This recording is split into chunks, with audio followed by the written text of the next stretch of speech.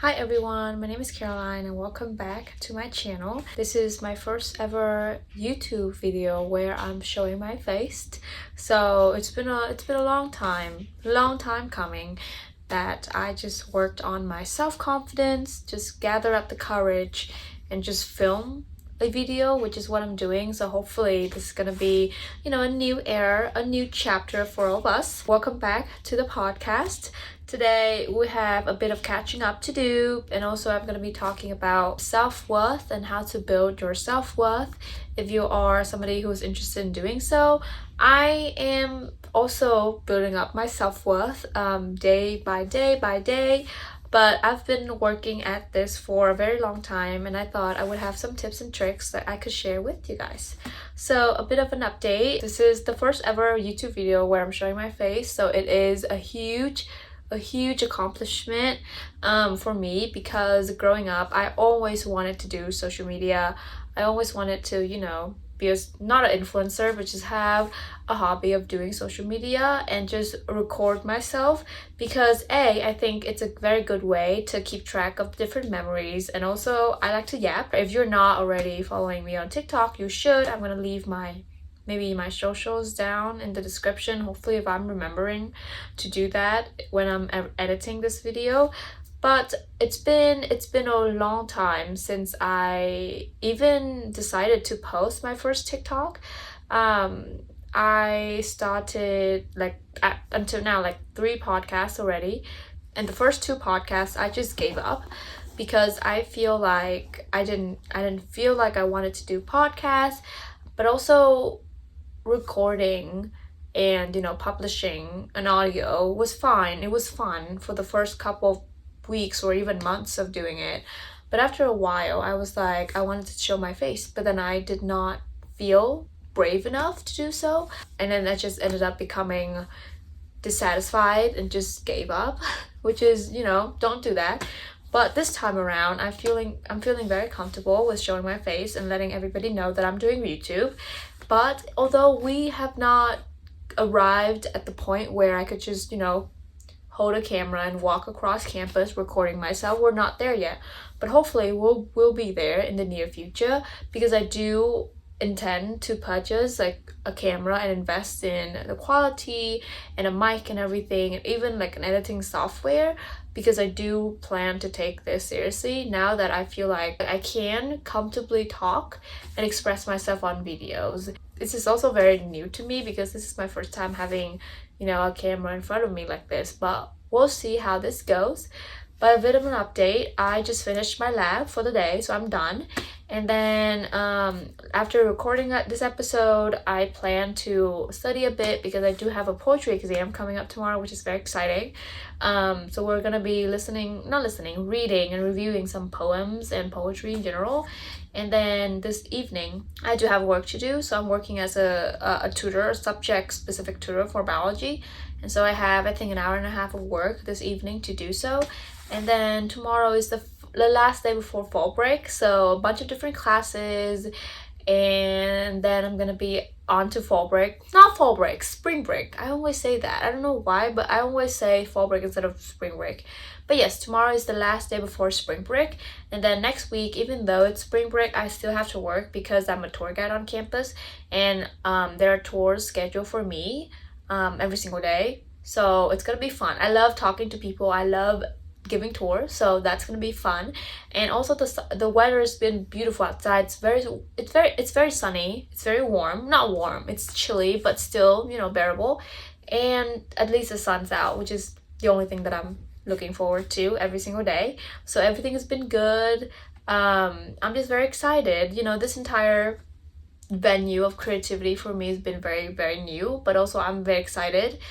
But so over spring break, I think I'll be spending time creating content, filming content, editing content, uploading, and hopefully the next video on this channel will also be a video of me showing my face and talking to you guys, so we'll see about that. But I do also intend to do get ready with me's, doing my makeup routine. I also have been getting back into reading, so we can talk about books or talk about nails, because I invested in a bunch of different nail products so that I can do my at-home nails, because nails in the US are crazily expensive, so I'm not intending to spend like $80 on a set of nails, so I'm not doing that. So I'll be doing my nails over the weekend before spring break, and then so yeah, everything has been good. I'm feeling very positive. I think tomorrow is gonna be the full moon, I think lunar eclipse in Virgo. I think it's the first blood moon in a while, so it's exciting. So full moon in Virgo, so stay tuned. So everything has been going well. Today we will be talking about self-worth. I know this is a topic that can seem very intimidating, very vague at times, but I think that the benefits of having self-worth being you don't have to be affected by other people's opinions, other people's ideas of you, other people's expectations of what you need to do or what you might have to become, especially in terms of if you're a student like me, your career expectations.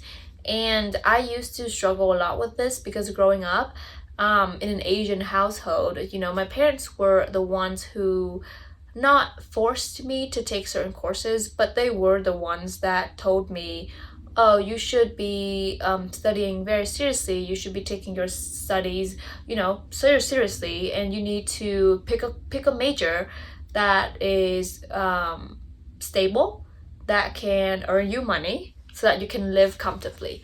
So they focus a lot on studying, building money, security, stability, which I understand where they're coming from, but I was never taught how to find my own passion, how to find my own values, how to set my own boundaries, and how to speak up for myself.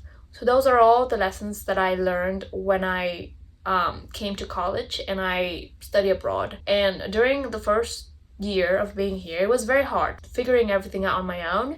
And also the culture here was very different from that in my home country of Vietnam, because people here seem to be very self-occupied, and there's nothing wrong with it, but it was a shock to me at the beginning that nobody seemed to care what you're doing, both in a good way and a negative way. They were just so very occupied of doing their own things, going about their own days, things like that. I really admired that about them in the first couple of months of me getting here, because that was freedom to me. That was so freeing, being able to do whatever you want without caring about what other people might think or might view that behavior of yours to be inappropriate, which is something that I always had to be mindful of when I was in Vietnam, because every behavior has a consequences, and people, even though the consequences aren't usually real consequences, it's just the different gossips, different talks around town that might result from that very specific behavior of yours. So I was taught to be mindful of my behaviors, and to a certain extent it was good because it taught me good manners, taught me good etiquette. But at the same time, it restrained some of my freedom, it restrained some of my self-expression, and also put limits on my self-worth and what values I can tie to my own self-validation, if that makes sense. So because of that, it's been a long way until now that I've learned to separate my own validation from other people and be secure in myself enough to say, don't be affected by other people's expectations of me, and truly know from my core that the decisions that I make on a daily basis are genuinely my own decisions and not influenced by other people's expectations, behaviors, opinions. And so I'm here to talk about that. Hopefully you will find this helpful, and if you have other tips and tricks and just comments on this specific topic of validation, self-worth, self-esteem, let me know. One of the first tips that I think is very important to me right now, and so all of these tips are not in chronological order. You don't have to do step 1 and then do step 2. It doesn't work like that. These are some of the tips that I think can be done at any given point without a specific order, so take that as you will. But the first tip that I have is have hobbies, and try not to limit your validation or not tie your validation or your self-worth to only one thing. For example, growing up, all I knew was studying, right? All I knew was schools of good grades. And because of that, I tied my validation, my self-worth, my self-esteem, my values, everything about me to having good grades. That means that if I did not have good grades or I failed on one specific exam, then it was like the world's ending for me. And it's not a typically pleasant feeling to have.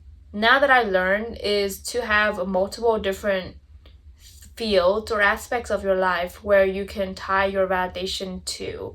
By having hobbies and by having different things that you do besides just that one thing, like besides studying, you're actually able to, first of all, build skills like soft skills, communication skills, problem solving, critical thinking, all of those skills that can then be a concrete evidence for yourself to look at that and say, oh, I have other aspects. So if one venue fails, you have other aspects to fall back to. So for example, if you're just somebody whose sole concern is, studying, then if you did not do well on a certain exam, you might feel like the world's ending and that you're not good enough and that you're a failure, basically.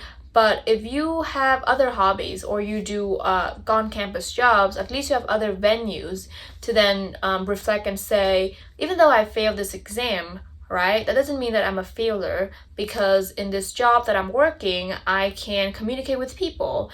I am a very good worker. I have a very high performance. So this failure of mine, quote unquote failure in this exam, doesn't reflect my own ability and my own strength. Meaning that you have other evidence to back up to yourself that this is not the end of the world, right? So that's something that helps me. And also when you are doing other things, you have other hobbies, for example, reading, crocheting, knitting, or working on campus jobs, doing social media, it helps you build certain skills that studying alone cannot give you those skills. For example, I'm working as a tour guide, right? I walk around campus, give tours, but that sounds very easy, right? But if you break it down, I have to talk with people.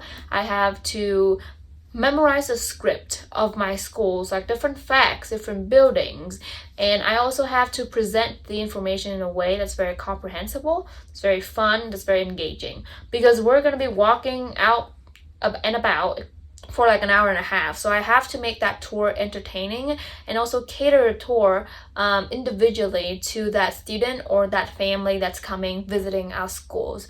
It was a very hard skill. And also another thing that I didn't realize is that when you're walking and talking, especially if you're walking very fast, you're not going to be able to breathe.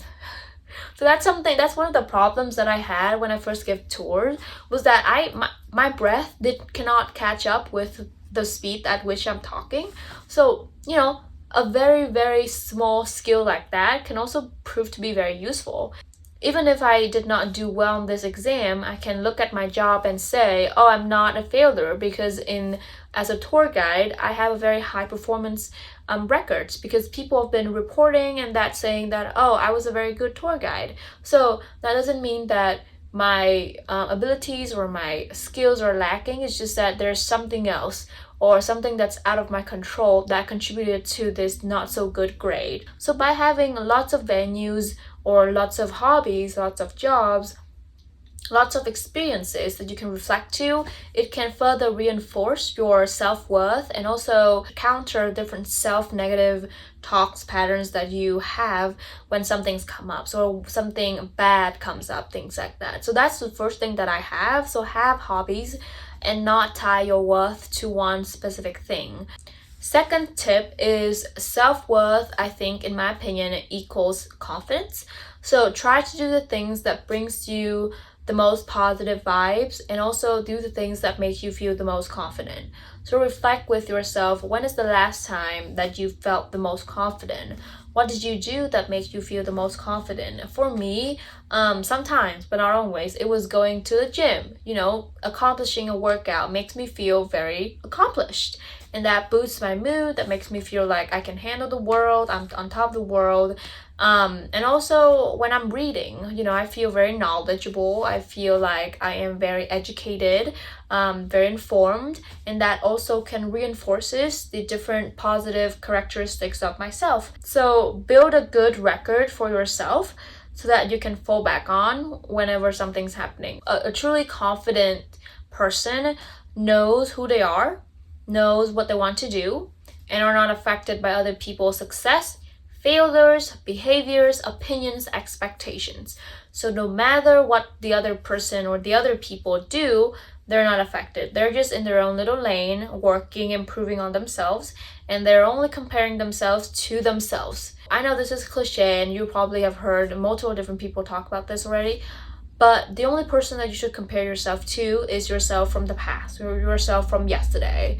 The only goal in life that you should have is to be better than yourself yesterday. So every single day is just trying to become a better version of yourself compared to the version that you had yesterday or in the past. And when you have that very secure air of confidence to you, not only you're gonna feel free because you can do things that you want to do without being constrained or feeling constrained by other people's opinions, but also people will be drawn to you.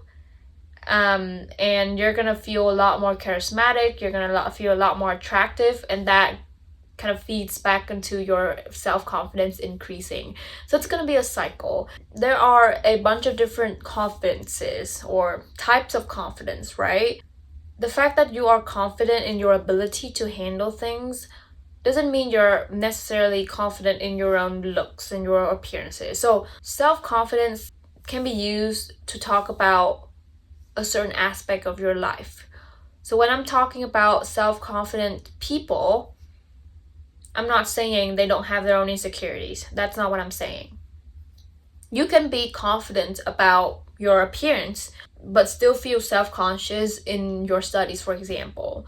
So at the beginning of your confidence journey, pick an aspect of your life that you would like to improve first. So for me, when I was first starting out, I picked my studies, right? Because that was all I knew back then. And I think that was something that can be achieved pretty easily. So I picked the field that I want to improve on in terms of confidence to be my studies. And I worked and improved that. And then eventually I became a very confident person in my ability to succeed academically.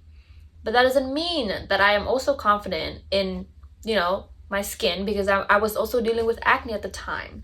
So at that time, I had this very self-conflicting feeling of being confident in one area and not being confident in another area. So I can make another episode on that, but that's a point that you're gonna be in, and I know that you're gonna be very conflicting. You're gonna feel like everything is just not going and everything's just so complicated.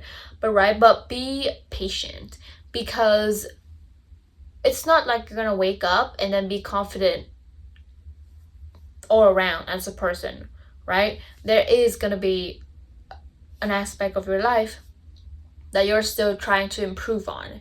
True confident people accept their own imperfections and are okay with showing off that they're not perfect. So that's the point that I'm at right now, because even though like 1 year or 2 years ago, I was very confident in my ability to succeed academically, but I was not confident with my skin, and I was feeling very self-conscious.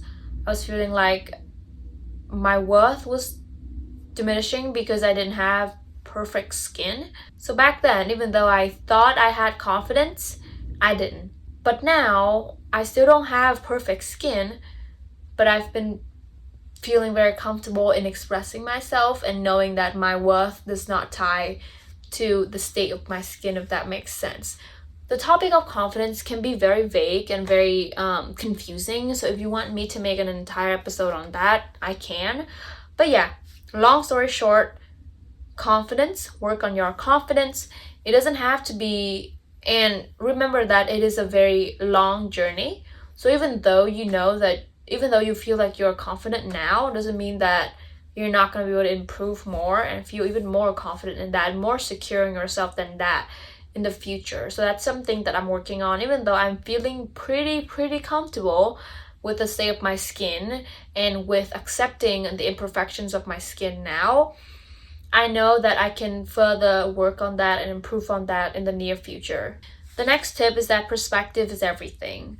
So instead of focusing on the bad things, kind of shift or redirect your attention to focusing on the good things, or what you can find to be positive. It's basically trying to find the beauty in even the darkest of things or the darkest of times. I always take this example, but let's say that you are not doing very well in your course, right? So instead of, or on that day, you just received your exam grades and they were not as you expected.